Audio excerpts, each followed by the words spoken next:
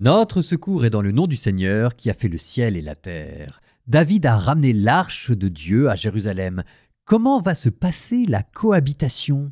1 Samuel chapitres 7 et 8.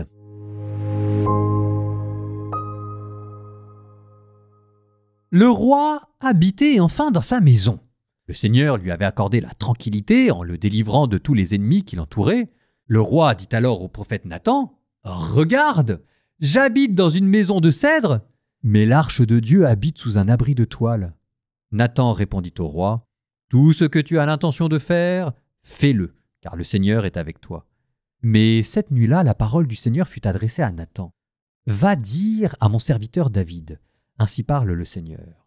Est-ce toi qui me bâtiras une maison pour que moi j'y habite ? Depuis le jour où j'ai fait monter d'Égypte les fils d'Israël et jusqu'à ce jour, je n'ai jamais habité dans une maison.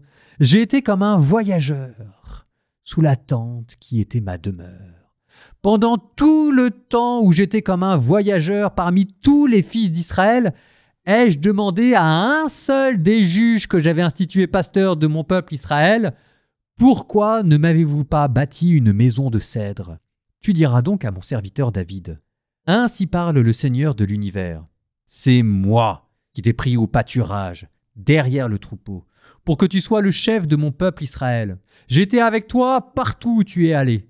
J'ai abattu devant toi tous tes ennemis. Je t'ai fait un nom aussi grand que celui des plus grands de la terre. Je fixerai en ce lieu mon peuple Israël, je l'y planterai. Il s'y établira et ne tremblera plus, et les méchants ne viendront plus l'humilier comme ils l'ont fait autrefois, depuis le jour où j'ai institué des juges pour conduire mon peuple Israël. Oui, je t'ai accordé la tranquillité en te délivrant de tous tes ennemis. Et le Seigneur t'annonce qu'il te fera lui-même une maison. Quand tes jours seront accomplis, et que tu reposeras auprès de tes pères, je te susciterai dans ta descendance un successeur qui naîtra de toi et je rendrai stable sa royauté. C'est lui qui bâtira une maison pour mon nom et je rendrai stable pour toujours son trône royal. Moi, je serai pour lui un père et lui sera pour moi un fils. S'il fait le mal, je le corrigerai avec le bâton à la manière humaine, je le frapperai comme font les hommes. Mais ma fidélité ne lui sera pas retirée, comme je l'ai retirée à Saül, que j'ai écarté de devant toi. Ta maison et ta royauté subsisteront toujours devant moi. Ton trône sera stable pour toujours. » Toutes ces paroles, toute cette vision, Nathan les rapporta fidèlement à David. Le roi David vint s'asseoir en présence du Seigneur et il dit : « Qui suis-je donc, Seigneur ? Et qu'est-ce que ma maison pour que tu m'aies conduit jusqu'ici ? Mais cela ne te paraît pas encore suffisant, Seigneur ? Et tu adresses une parole à la maison de ton serviteur pour un avenir lointain ? Est-ce là, Seigneur Dieu, la destinée de l'homme ? Qu'est-ce que David pourrait encore ajouter par ces paroles ? Toi, Seigneur, tu connais ton serviteur. À cause de ta parole et selon ton cœur, tu as accompli toute cette grande action pour instruire ton serviteur. Ainsi tu es grand, Seigneur Dieu. Oui, tu es sans égal. Et il n'y a pas de Dieu en dehors de toi, d'après tout ce que nous avons entendu de nos oreilles. Est-il sur la terre une seule nation comme ton peuple, comme Israël ? Ce peuple, Dieu est allé le libérer pour qu'il devienne son peuple, pour lui faire un nom. Il a accompli pour vous cette grande action. Tu as fait pour ton pays des choses redoutables. Et tu l'as fait à cause de ton peuple, que tu as libéré d'Égypte, de cette nation et de ses dieux. Pour toi, tu as établi à jamais ton peuple Israël, et toi, Seigneur, tu es devenu son Dieu. Maintenant donc, Seigneur Dieu, la parole que tu as dite au sujet de ton serviteur et de sa maison, tiens-la pour toujours, et agis selon ce que tu as dit. Que ton nom soit exalté pour toujours, que l'on dise « Le Seigneur de l'univers est le Dieu d'Israël », et la maison de ton serviteur David sera stable en ta présence. Oui, c'est toi, Seigneur de l'univers, Dieu d'Israël, qui a fait cette révélation à ton serviteur. Je te bâtirai une maison. C'est pourquoi ton serviteur ose t'adresser cette prière. Seigneur, c'est toi qui es Dieu. Tes paroles sont vérité, et tu as fait cette magnifique promesse à ton serviteur. Daigne bénir la maison de ton serviteur, afin qu'elle soit pour toujours en ta présence, car toi, Seigneur Dieu, tu as parlé, et par ta bénédiction la maison de ton serviteur sera bénie pour toujours. » Voici ce qui arriva ensuite. David battit les Philistins, les soumit et les priva de leur hégémonie. Il battit les gens de Moab et les ayant couchés à terre, il les mesura au cordeau. 2 cordeaux à destiner à la mort et un plein cordeau à laisser en vie. Alors Moab fut asservi à David et paya tribut. David battit Hadadézer, fils de Rehob, roi de Soba, lorsqu'il s'apprêtait à rétablir son pouvoir sur l'Euphrate. David lui prit 1700 cavaliers et 20 000 fantassins. Il fit couper les jarrets de tous les attelages et n'en laissa qu'une centaine.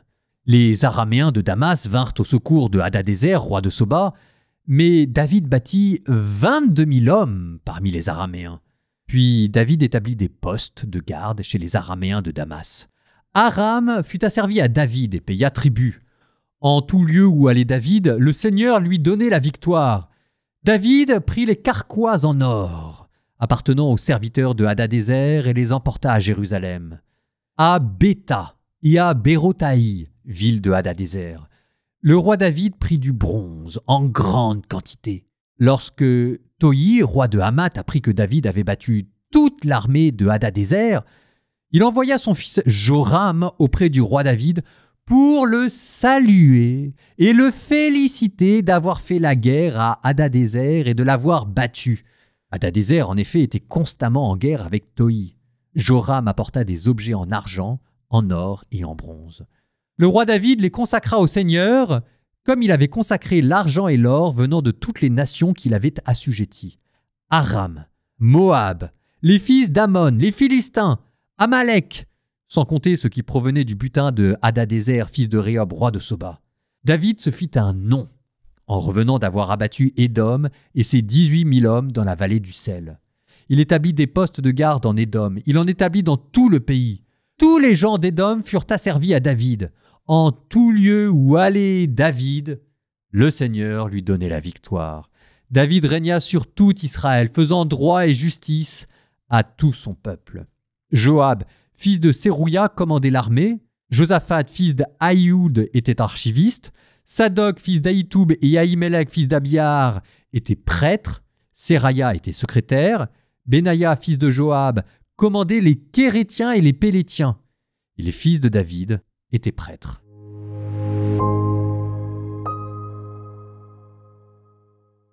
Remarquez le ton solennel du début de ce chapitre. Le roi habitait enfin dans sa maison, le Seigneur lui avait accordé la tranquillité en le délivrant de tous les ennemis qui l'entouraient.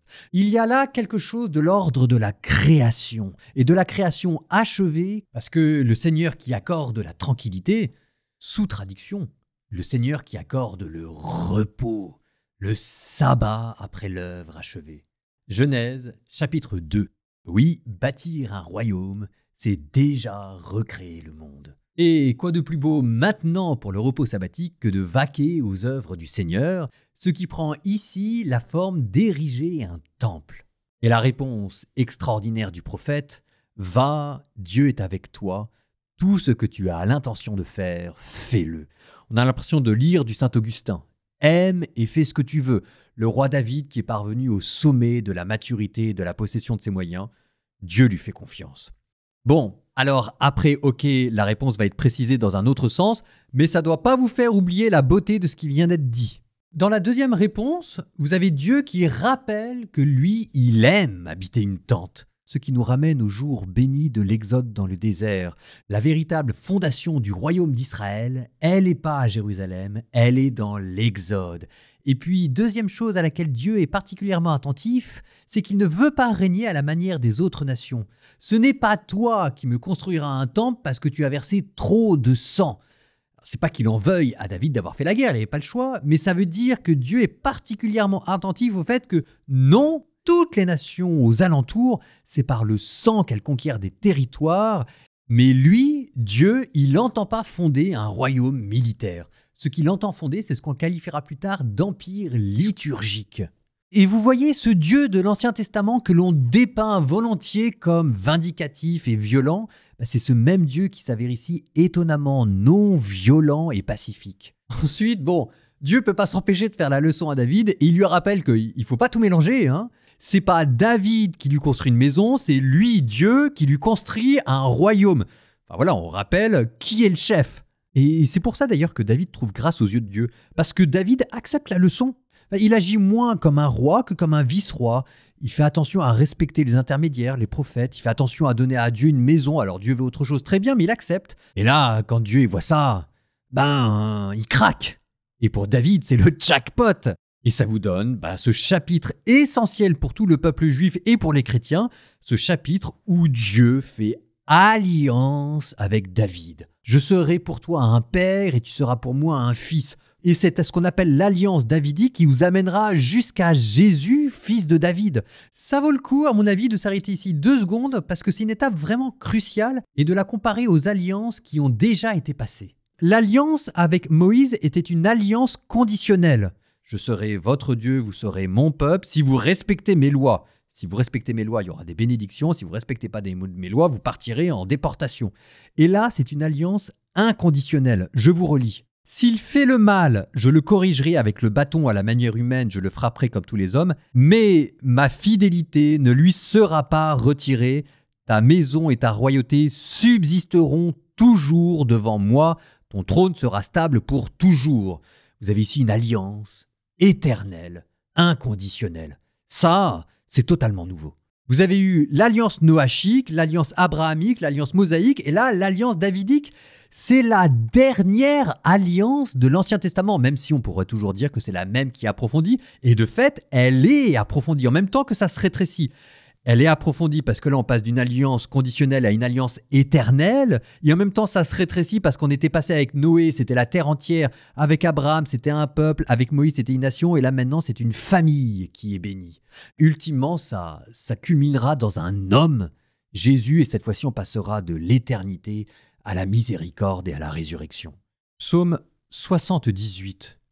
Dieu, les païens ont envahi ton domaine. Ils ont souillé ton temple sacré et mis Jérusalem en ruine. Ils ont livré les cadavres de tes serviteurs en pâture aux rapaces du ciel et la chair de tes fidèles aux bêtes de la terre. Ils ont versé le sang comme l'eau aux alentours de Jérusalem, les morts restés sans sépulture. Nous sommes la risée des voisins, l'affable et le jouet de l'entourage. Combien de temps, Seigneur, durera ta colère et brûlera le feu de ta jalousie ? Déverse ta fureur sur les païens qui ne t'ont pas reconnu, sur les royaumes qui n'invoquent pas ton nom, car ils ont dévoré Jacob et ravagé son territoire. Ne retiens pas contre nous les péchés de nos ancêtres, que nous vienne bientôt ta tendresse, car nous sommes à bout de force. Aide-nous, Dieu notre Sauveur, pour la gloire de ton nom. Délivre-nous, efface nos fautes pour la cause de ton nom. Pourquoi laisser dire aux païens, où donc est leur Dieu ? Que les païens sous nos yeux le reconnaissent. Il sera vengé le sang versé de tes serviteurs. Que monte en ta présence la plainte du captif. Ton bras est fort, épargne ceux qui doivent mourir. Rends à nos voisins 7 fois en plein cœur l'outrage qu'ils t'ont fait, Seigneur Dieu. Et nous, ton peuple, le troupeau que tu conduis, sans fin nous pourrons te rendre grâce et d'âge en âge proclamer ta louange.